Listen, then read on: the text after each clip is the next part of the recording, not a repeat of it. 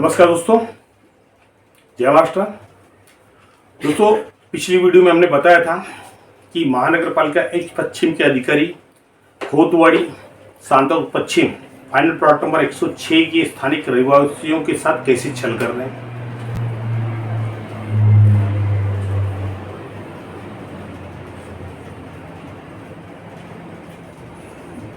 जो जमीन slum declared नहीं है वहां जबरदस्ती एसआरए लाने की कोशिश कर रहे हैं और इनकी इस कोशिश में 2003 में से तकरीबन सैकड़ों लोग बेघर हो चुके हैं। आखिर उनका खामियाजा कौन, उनका हर्जाना कौन भरेगा, ये एक सवाल है। और उस सवाल का जवाब क्या ये assistant municipal commissioner H west ward ये देंगे, क्योंकि इनके ही डिपार्टमेंट के अधिकारियों के कारण आज वो बेघर हुए हैं। क्योंकि इन्होंने क्या किया, एक झूठ का पुलिंदा तैयार किया और झूठ के बनावट के ऊपर एक इमारत तैयार की है। अब झूठ के आधार पर बनाई गई इमारत कितने दिन टिकेगी वो तो ढहनी है और ढह गई। क्योंकि आज यहाँ पे इनके सामने मैंने लास्ट वीडियो में कहा था कि हम इसके एविडेंस भी देंगे कि एरिया स्लम डिक्लेयर नहीं है। तो दोस्तों, यहाँ पे मैं आपको बताना चाहूँगा कि 2017 के पहले जो स्लम अथॉरिटी थी वो डिप्टी कलेक्टर इंक्रोचमेंट थी, एडिशनल कलेक्टर इंक्रोचमेंट थे। जो एरिया है उस एरिया के हिसाब से उनके पास वो पावर था स्लम डिक्लेरेशन का। महानगर पालिका कभी भी स्लम अथॉरिटी रही ही नहीं है। और 2000 में जो सर्वे का ऑर्डर दिया था वो भी एडिशनल कलेक्टर के थ्रू ऑर्डर आया था, जो सरकारी आदेश था। लेकिन वहां पे जब एरिया स्लम डिक्लेयर नहीं थी, इसके लिए उस चीज को फुटपाथ के लिए मनाही की गई। वो भी ऑर्डर्स हमारे पास हैं कि भाई ये गलती से हो गया है, इसके लिए संबंधित अधिकारी को कर रहे हैं और ये फुटपाथ गलती से इशू किया गया है। तो ये चीज आप समझिए कि आज ये बीएमसी के अधिकारी और एसआईडी के अधिकारी क्यों इस एरिया के ऊपर इतना प्रेशर लगा के काम कर रहे हैं कि कैसे भी करके इस एरिया के अंदर ये सारे लाना है, लोगों को बेघर करना है, बाहर करना है। कारण क्या? तो कारण दोस्तों मैं आपको बताता हूं। ये हमारी जो खोतवाड़ी है वो एरिया स्टेशन से मात्र 3 से 4 मिनट के अंतर पे है और यहां से हर सुविधा है। बस की सुविधा है और रोड की सुविधा है, ट्रेन की सुविधा है, बगल में एयरपोर्ट है और अभी थोड़ी दिन में मेट्रो भी चालू होने वाली है। तो यहां से जो भी स्थानिक रहवासी है वो अपने आप में सुखी परिवार लेके चल रहा था।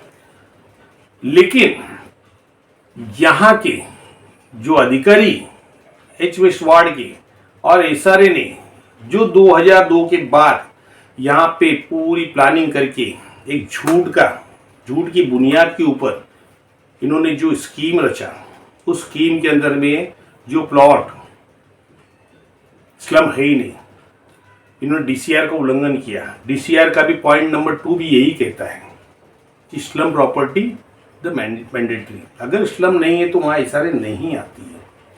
तो आप अगर डेवलपमेंट करना चाहते हैं तो आप जनता के पीछे बैठिए, यहाँ के रहवासियों के पीछे बैठिए, उनसे मीटिंग लीजिए, उनको समझाइए और मिलकर डेवलपमेंट कीजिए। डेवलपमेंट के खिलाफ कोई नहीं है। तो दोस्तों, पहले एक बात बताते हैं कि ये जो एविडेंस है ये आप खुद देख लीजिए, क्या एरिया स्लम डिक्लेयर्ड है या नहीं है। अब आपको पता चल जाएगा। तो इसके लिए दोस्तों पहले रिपोर्ट देखिए। दोस्तों, ये 5/4/2008 का लेटर है जो उप जिलाधिकारी कार्यालय से तहसीलदार, उप जिल्हाधिकारी अतिक्रमण निशासन आणि सक्षम प्राधिकारी बांद्रा व माहिती अधिकारी, इन्होंने लेटर दिया है। देखिए, आप देख सकते हैं कि मेरे नाम से ये प्रदीप सिंह ठाकुर और पता है मेरा। इसके अंदर ये क्या लिखते हैं ये पहले देखते हैं। आपला दिनांक 22/2/2008 च्या माननीय अपर जिल्हाधिकारी अतिक्रमण निष्कासन पश्चिम उपनगर जिल्हा यांच्याकडे माहितीच्या अधिकाऱ्याने केलेल्या अर्जानुसार आपणास कळवण्यात येते की मौजे खोतवाडी सांतोक तालुका अंधेरी येथील अंतिम भूभाग क्रमांक 106 TPS 6 ही मिलकत कालीन कागदपत्रे पाहता कलितची बस्ती म्हणून इकडील कार्यालयामार्फत घोषित केल्याचे दिसून येत नाही। तसेच सदरची मिळकत अन्य यंत्रणेमार्फत घोषित झालेली असल्यास आपण कृपया त्या यंत्रणेशी संपर्क साधवा. सबब आपला उपरोक्त विषयाचा अर्ज दफ्तरी दाखल करण्यात आला है. मतलब ये क्लियर कट कर रहे हैं कि आप ये जो plot number final plot number 106 TPS 6 final plot number 106 है, ये इनके ऑफिशियल जो डॉक्यूमेंट के हिसाब से ये स्लम डिक्लेयर नहीं है. अब उसके बाद हमने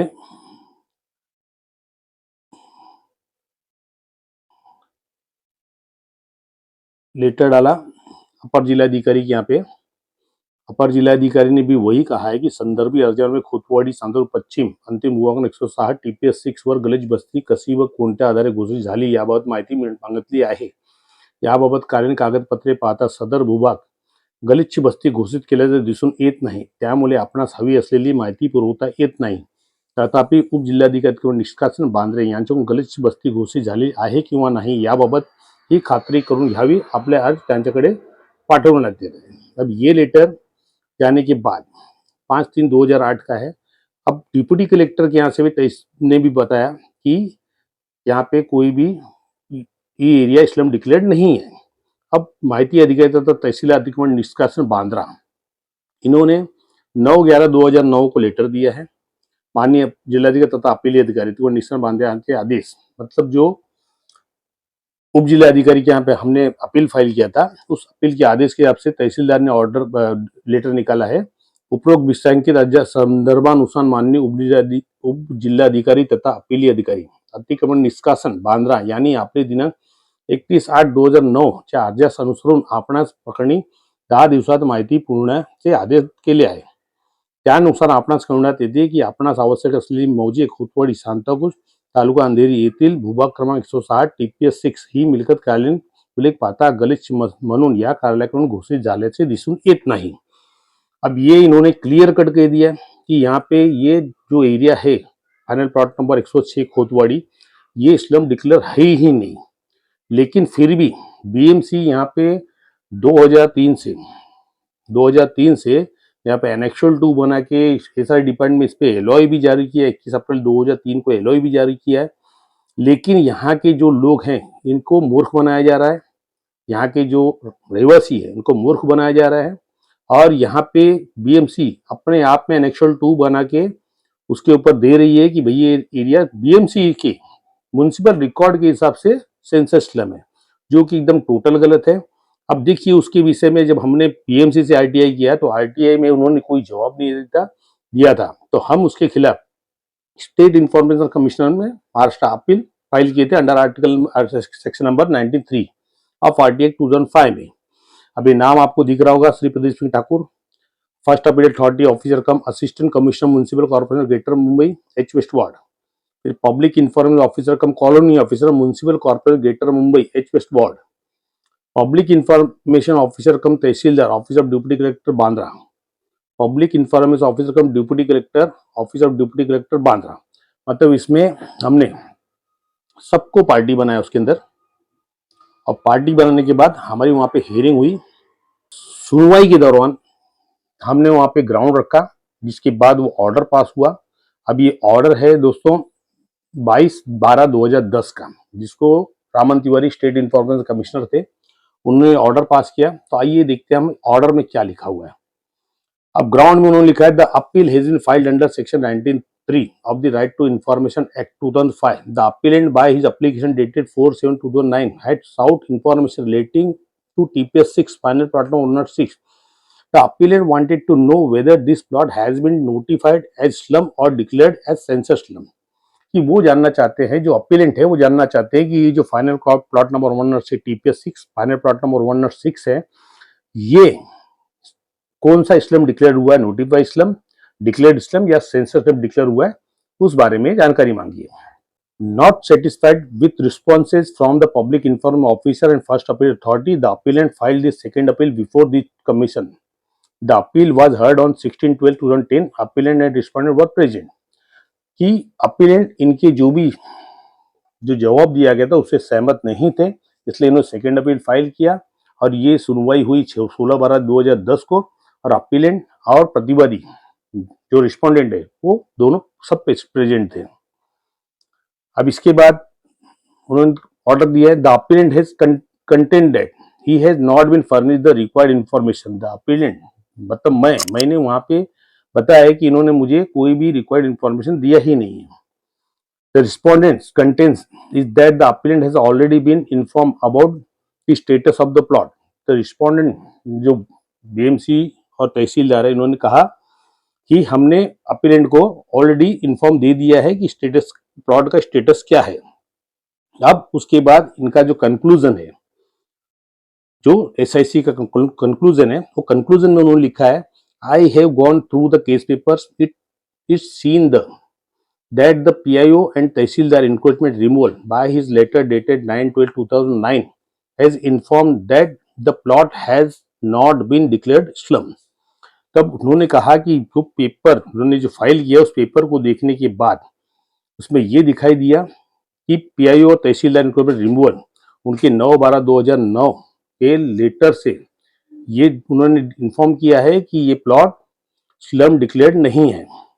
The appellant, however, wanted information from the Assistant Commissioner MCGM और appellant को असिस्टेंट म्युनिसिपल कमिश्नर MCGM से वो चाहते हैं कि वो उनको रिप्लाई दे कि एरिया स्लम डिक्लेयर्ड है या नहीं। Paper with the appellant show that it was a censused area.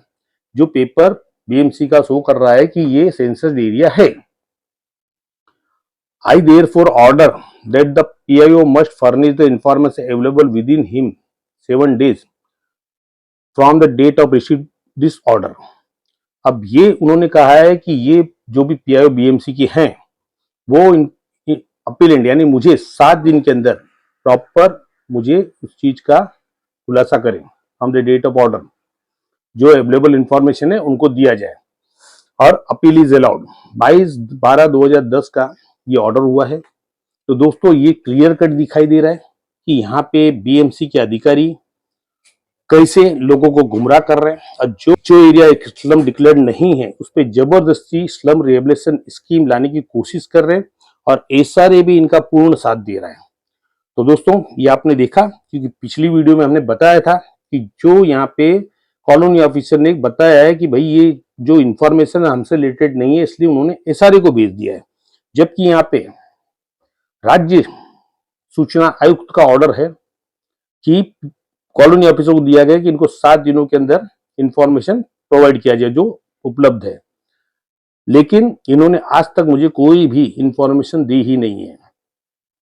अब ये मैटर मैं उस समय 18(1) में नहीं डाल सका था कुछ मेरे पर्सनल कारणों की वजह से, लेकिन ये ऑर्डर है जो आज भी लागू है और BMC को ये मानना ही पड़ेगा कि एरिया स्लम डिक्लेयर्ड नहीं है। तो दोस्तों आइए हम चलते हैं अपने विषय पे। देखा दोस्तों आपने, यहाँ पे तहसीलदार एनक्रोचमेंट अतिक्रमण निष्कासन, डिप्टी कलेक्टर अतिक्रमण निष्कासन, एडिशनल कलेक्टर अतिक्रमण निष्कासन और यहाँ तक कि राज्य सूचना आयुक्त का ऑर्डर पड़ा है।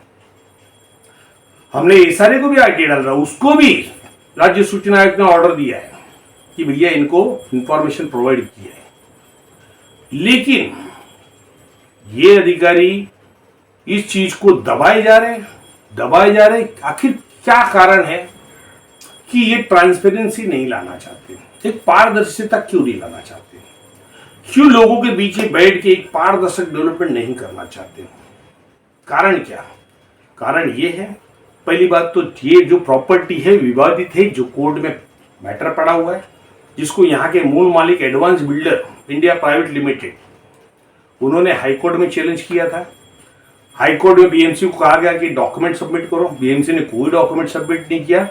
तो माननीय उच्च न्यायालय ने क्या किया कि इस मैटर को उठा के सिटी सिविल कोर्ट डिंडोसी को रिफर कर दिया कि आप ये मैटर चलाइए। अब दोस्तों यहाँ पे ट्विस्ट है, वो भी आप देखिए, अगर कोई प्रॉपर्टी स्लम है तो उसके मैटर सिटी सिविल कोर्ट के अंदर को जुडिक्शन ही नहीं है कि उसमें कोई ऑर्डर पास करे under section 42 of slum act. फिर भी हाईकोर्ट ने भेजा वहां पे, कारण यह है कि मैटर SRA का नहीं है, डिक्लेरेटरी सूट है, मालिकाना हक, मालिक कौन। अब यहां पे सबसे बड़ा मैटर ये हो गया है कि ये मालिक है कौन, ये पता ही नहीं है। तो ये अधिकारी लोगों के घर पे रोज सर्वे कर रहे हैं, बिल्डर के लोग रोज जाके सर्वे कर रहे हैं। क्यों? कारण क्या? कारण क्या? मतलब आज भी ये मुंबई जैसी सिटी के अंदर में, ये गांव देहात में जो एक डर होता है, वो डर पैदा किया जा रहा है। तो ये मुंबई है, मुंबई के लोग डरते तो है ही नहीं। ऊपर से आज सूचना का अधिकार एक ऐसा हथियार है उनके पास कि उस हथियार से वो जो झूठ की जड़ को ही खत्म कर देते हैं। तो दोस्तों, ये वीडियोस भी आपने देखा, इसमें देखिए तहसीलदार से लेकर सब लोगों ने लिख के दिया है कि भाई ये एरिया स्लम डिक्लेयर्ड है ही नहीं, एसआईसी का ऑर्डर तक है। फिर भी सरकार मानती क्यों नहीं? ये सारे डिपार्टमेंट के अधिकारी मानते क्यों नहीं? ये बीएमसी डिपार्टमेंट के अधिकारी क्यों नहीं मानते कि भाई एरिया स्लम डिक्लेयर्ड नहीं है? और अगर नहीं है, जो कानून है, तो कानून को इंप्लीमेंट करना चाहिए। ये खुद कानून तोड़ रहे हैं, तो इन पे कार्रवाई करेगा कौन? ये खुद कानून तोड़ रहे हैं, तो इन पे कार्रवाई करेगा कौन? ये प्रश्न है कि जब राज्य का राजा ही चोर हो जाए तो उस राज्य को कौन बचाएगा? तो आज यहां यही परिस्थिति है। कोई भी नेता इसमें दखलंदाजी नहीं कर रहा है। वो सिर्फ बीएमसी अधिकारियों को सपोर्ट कर रहे हैं, डेवलपर को सपोर्ट कर रहे हैं। आखिर क्यों? क्या ये जो नेता हैं ये बीएमसी अधिकारी और बिल्डर के वोट से जीत जाएंगे? तो दोस्तों, लोगों को भी ये सोचना चाहिए कि कौन आपको मदद कर रहा है। देखिए, चुनाव आने वाला है, आपको सिर्फ एक सोचना है कि आपको कौन मदद करेगा। जिन्होंने आज तक मदद नहीं किया है उसके बारे में क्या सोचना है, तो ये आपको सोचना है। इस एरिया के लोगों को सोचना है, इस एरिया के पूरी मुंबई को लोगों को सोचना है। आखिर दिखावे का आडंबर कब तक? कर्तव्य कहीं है? कर्तव्य नहीं। जब इलेक्शंस आते हैं तो वादे करते हैं, और इलेक्शन आने के बाद सब वादे खत्म हो जाते हैं। फिर लोगों की उसी पटरी पे आके वही भागदौड़ी, अपने काम धंधा छोड़ के अपने घरों के चक्कर में भागते रहे हैं। ये एक मकड़ जाल बना के रखा है भारत सरकार ने, कंप्टेंट अथॉरिटी ने, अरे सारे ने। भाई डेवलप करना है तो करिए ना, कौन मना करता है? इसमें एक रूल लाना पड़ेगा। पहले रूल था 70%, अब 51% कर दिया है। मतलब चाहते क्या है कि जनता की आवाज को दबा दिया जाए। अरे मैं तो बोलता हूं उसमें 100% कीजिए ना, क्योंकि जब आप सबसे मिल बैठ के बात करेंगे तो प्रोजेक्ट रुकेगा ही नहीं। और वो प्रोजेक्ट जो बिल्डर 51% लेके 10 साल प्रोजेक्ट करता है, वो 2 साल में खड़ा हो जाएगा, क्योंकि वहां ऑब्जेक्शन किसी का नहीं रहेगा। हर व्यक्ति सहमति के साथ में आएंगे, उनको बताया जाएगा क्योंकि आपका डेवलपमेंट कैसा है। क्योंकि डेवलपमेंट में लोग चाहते क्या है? एक ट्रांसपेरेंसी, एक अकाउंटेबिलिटी। यही 2 चीज अगर सरकार क्लियर कर दे, लोगों के अधिकार, बात खत्म हो गई। किसी को डेवलपमेंट से विरोध नहीं है, किसी को नहीं है। आज विरोध क्यों उत्पन्न होता है? क्योंकि जो भी ट्रांसपेरेंसी नहीं है, अकाउंटेबिलिटी नहीं है, लोगों के अधिकारों का हनन किया जाता है। यह अधिकारी अपील के नाम पे लोगों को बुला के भीड़ लगाते हैं, दोपहर से बुला के शाम को 8 बजे तक खड़े करके रखते हैं, बैठने तक की जगह नहीं होती। तो आखिर वो पब्लिक क्या करे, वो लोग क्या करें? तो मैं आपसे जानना चाहता हूं, जितने व्यूअर्स देख रहे हैं, आप कमेंट कीजिए कि आखिर ये जो कृत्य किया है महानगर पालिका के लोगों ने, उसका जिम्मेदार कौन? आज इन्होंने जो कृत्य किए ना, उससे सैकड़ों लोग बेघर हो चुके हैं। आज मनपा आयुक्त बताया मुझे कि जिन लोगों ने 2005 में अपना घर तोड़ दिया है, उनके डॉक्यूमेंट नल एंड वाइड हो चुके हैं, सस्पेंड हो चुके हैं, उनके नाम पुराने नेक्सल 2 में है ही नहीं। तो आप उनके नाम जो नया एनेक्शल 2 बना रहे हैं उसमें कैसे इंटर करेंगे और किस डॉक्यूमेंट पे करेंगे बताइए। दोस्तों, एक झूठ बोलने के बाद उस झूठ को बचाने के लिए 100 झूठ बोलना पड़ता है, और इसीलिए ये इन लोगों ने जो किया है, एक कानून को उल्लंघन करके ये और कानून उल्लंघन करने की कोशिश करेंगे।